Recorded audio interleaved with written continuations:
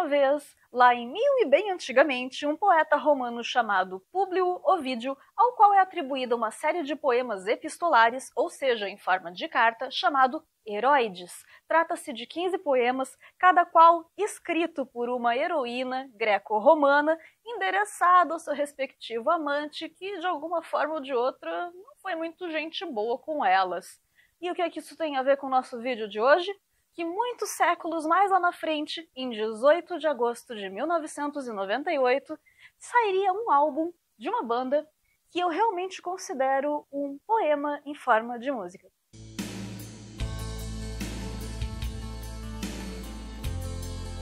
Bem-vindos e bem-vindas a esse microcosmo de rock, metal e livros. Eu sou Ana Franskowiak, escritora, tradutora, revisora e a nômade cósmica, e se tem uma banda pela qual eu lamento infinitamente o fim, e talvez até a troca de formação ali inicial, é o Theatre of Tragedy, que encerrou suas atividades. Era uma banda de metal gótico, norueguesa, que eu já mencionei lá na minha série de bandas de A a Z, que vocês precisam ouvir, e esse que eu vou tratar hoje é o terceiro álbum da banda, e o último com Liv Kristine nos vocais. Ela que viria a ser bem mais conhecida lá na frente quando fizesse uma participação numa outra banda que eu também gosto pra caramba, e eu ainda tô devendo fazer vídeo aqui, pode esperar que vai ter muito.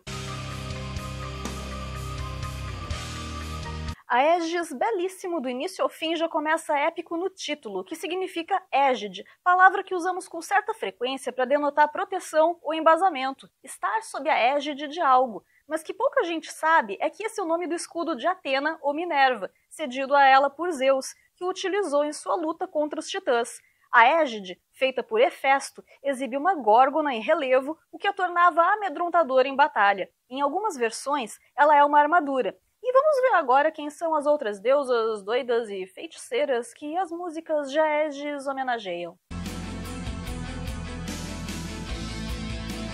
Cassandra saiu em abril de 98 como single e teve uma versão mais curta chamada Cheap Wine Edit, tendo Eode como lado B. Cassandra foi uma filha de Príamo e Écuba, rei e rainha de Ilion, ou Troia, uma personagem de destaque na Guerra de Troia por prevê-la e alertar a sua família e o povo sobre as suas previsões de destruição, sendo, entretanto, desacreditada e considerada louca devido a um desentendimento com o deus Apolo, que a amaldiçoou. Que bom que é só mitologia, essas coisas não... Bem, vamos aí pra próxima.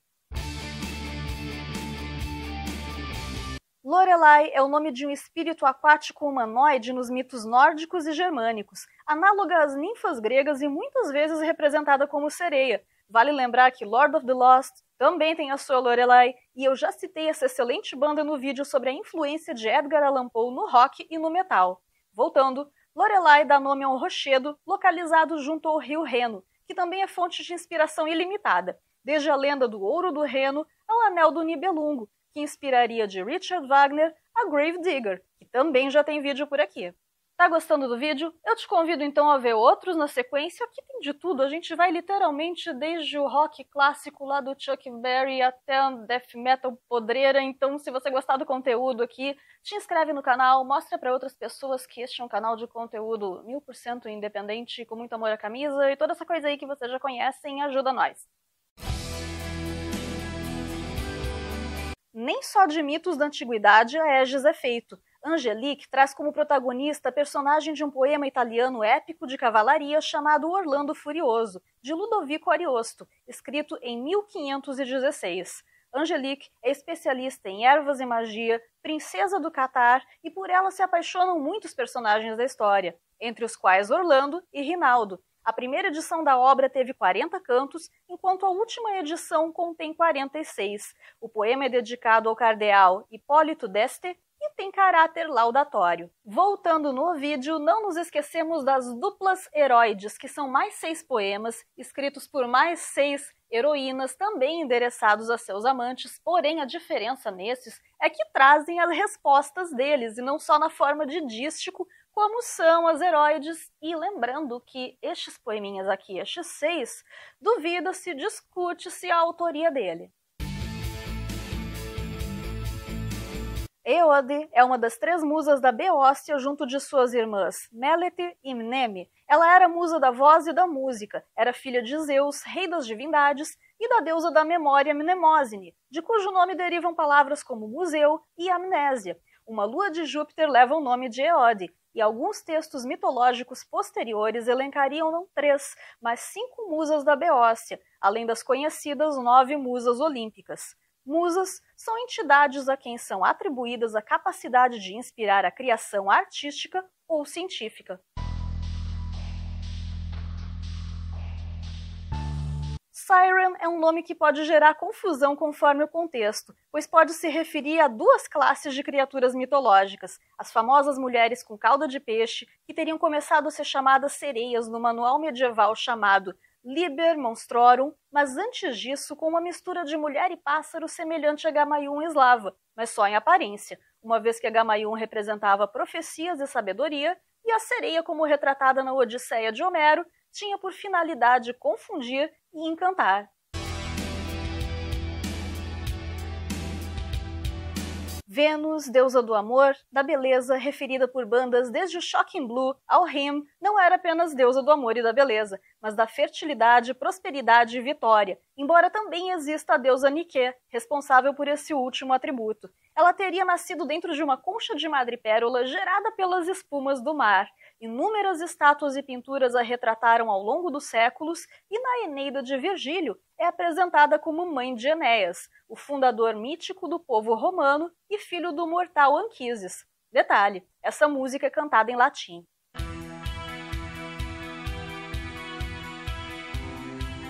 Popeia não era esposa do Popeye. Desculpa aí, fã de X-Pirito falou mais alto agora. Sério, Popeia Sabina, a jovem, foi uma imperatriz consorte segunda esposa de Nero, antes fora esposa do imperador Otão, e historiadores clássicos descrevem-na como sendo uma bela mulher que se utilizou de intrigas para se tornar imperatriz.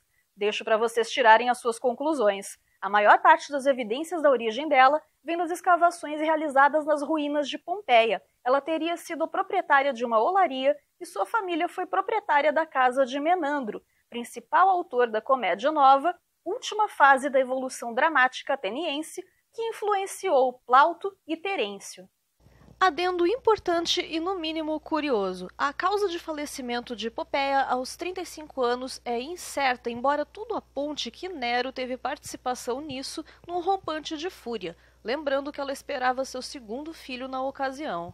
É dito que durante seu funeral ele concedeu a ela honras divinas, queimando o equivalente a 10 anos de incenso em sua homenagem. Depois disso, ordenou que um jovem liberto chamado Esporo, muito parecido com ela, passasse por, digamos, uma modificação corporal e se casasse com ele, passando a chamar-se Popeia.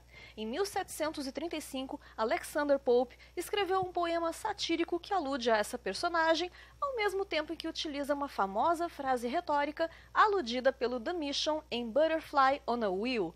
Quem ousa quebrar uma borboleta sob uma roda? Ou quem ousa utilizar uma arma tão poderosa como a sátira contra alguém tão frágil? Bacante era o nome dado às ninfas seguidoras do culto de Dionísio ou Baco, mas elas também recebem outro nome, Mênade. Eram referidas por sua selvageria e loucura ritualística, dançavam livremente vestidas de peles e usando grinaldas de Hera em consonância com as forças primitivas da natureza. E os mistérios dionisíacos provocavam nelas um estado de êxtase absoluto. No poema Dionisíaca, de Nono de Panópolis, são citadas 18 Mênades. Uma versão japonesa limitada de Aegis contou com 2 faixas bônus, a sexta, chamada Samantha, e a 10ª, chamada Virago. Virago era um termo latino utilizado para mulheres com virtudes masculinas, geralmente associado a deusas como Ártemis, do qual nascem palavras como virtude, vigor, violência e preparados e preparadas para a reviravolta? Virgem. Pois é, por vezes, para abraçar essas ditas virtudes, abdicavam de algumas outras associadas à delicadeza. Ou seja, além de hoje sabermos que um aspecto não exclui o outro, sabemos que aquilo que vinha sendo considerado sinal de fraqueza e submissão a outrem era, na verdade, sinal de força e livre escolha.